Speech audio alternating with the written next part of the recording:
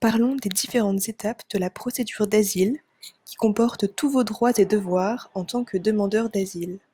Nous parlerons de la lettre de confirmation, de vos prestations, de l'examen médical, le certificat de résident étranger, la carte médicale, trouver un emploi, l'entretien et finalement de la décision d'asile. La demande d'asile se fait auprès du bureau d'immigration. Le bureau vous donnera un formulaire de demande dans votre langue. Vous pourrez le compléter, vos empreintes seront relevées et on vous prendra en photo. Vous recevrez à la fin votre lettre de confirmation. La lettre de confirmation est la preuve de votre demande d'asile. C'est aussi votre document d'identité jusqu'à ce que vous receviez votre titre de séjour qui vous donnera un numéro alien. D'ici là, le numéro F de votre lettre de confirmation sera votre numéro d'identité. Voici un exemple de lettre de confirmation. Votre numéro F se trouve en haut à gauche. Cela comprend aussi la date de votre demande. À noter qu'à partir de cette date, vous devez compter 1 mois avant de pouvoir travailler. Cela comprend aussi votre date et lieu de naissance. La lettre de confirmation suffit à faire la demande de prestations et d'aide sociale, dans le cas où vous n'avez pas vos propres ressources. Après la réception de votre lettre de confirmation, vous devez procéder à un examen médical, prise de sang et rayon X. À Nicosie, l'examen a lieu à l'hôpital Makarios. Si votre test doit être repassé, ne vous inquiétez pas. Une fois que vous recevez vos résultats médicaux, vous pouvez faire la demande de votre titre de séjour. Vous devrez retourner au bureau d'immigration. Vous devrez apporter avec vous des photos, votre adresse et numéro de téléphone, ainsi que la lettre de confirmation originale et vos résultats médicaux.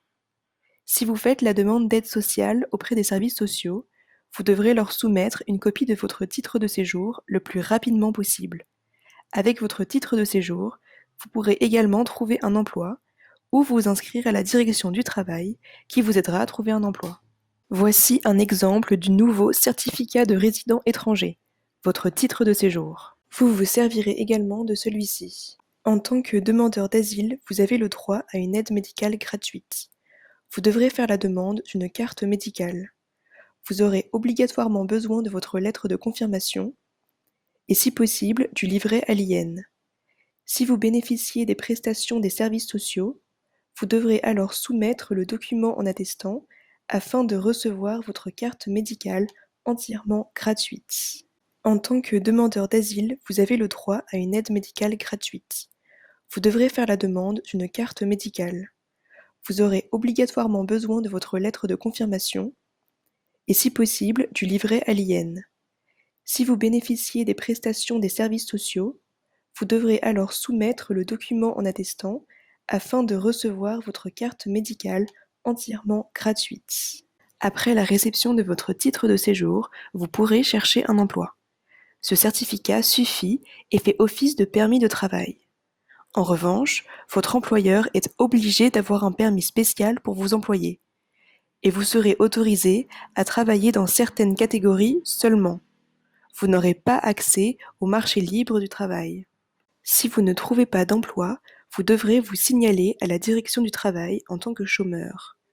La direction du travail vous aidera à trouver un emploi.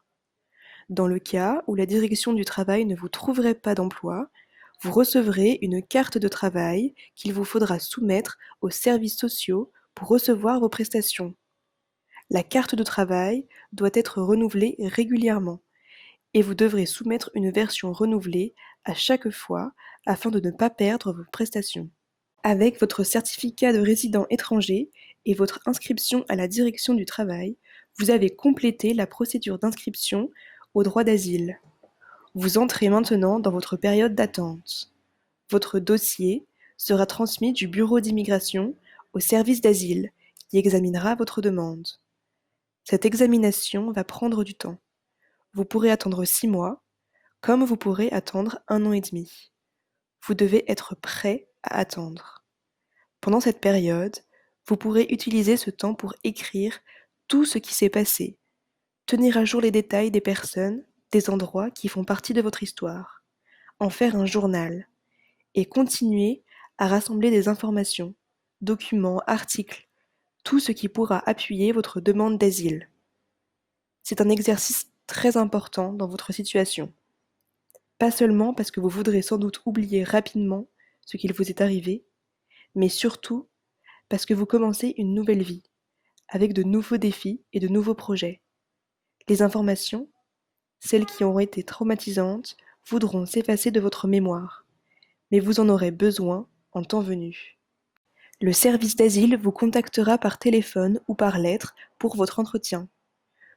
Vous devrez montrer et expliquer à l'agent les raisons pour lesquelles vous ne pouvez pas retourner dans votre pays, ce qui vous a poussé à fuir. L'entretien se passera dans votre langue avec l'aide d'un interprète. Vous pourrez également demander à ce que l'entretien soit dirigé par une femme ou un homme. Si vous êtes une femme, vous pourrez demander à être interviewée par une femme. Vous avez le droit à un avocat, mais vous n'êtes pas obligé d'en faire la demande. À la fin de l'entretien, on vous présentera un bilan de ce que vous venez de dire.